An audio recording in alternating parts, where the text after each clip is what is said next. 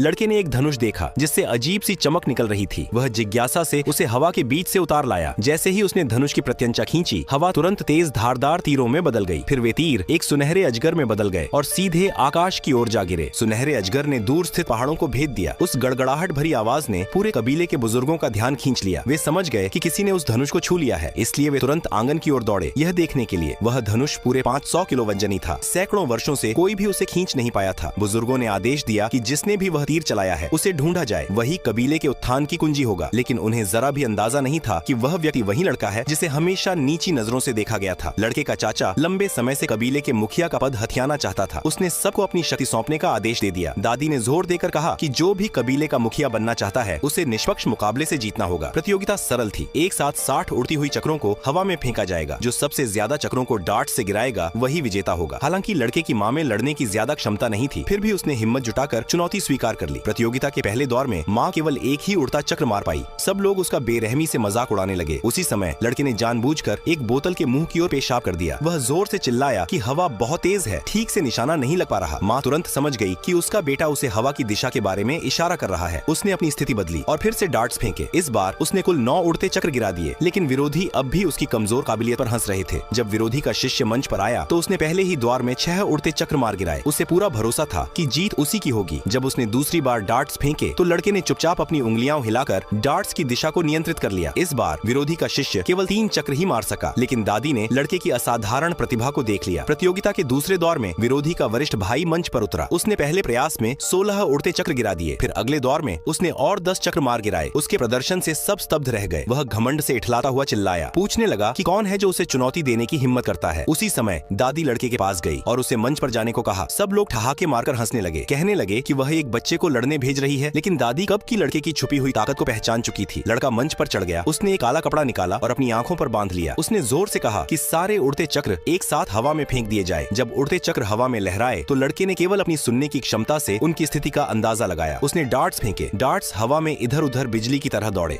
एक ही पल में उन्होंने सारे उड़ते चक्र चकनाचूर कर दिए। तभी सबको एहसास हुआ कि वह लड़का असल में एक छुपा हुआ महान मास्टर था। अगले पार्ट के लिए वीडियो को लाइक करें और चैनल को सब्सक्राइब करें।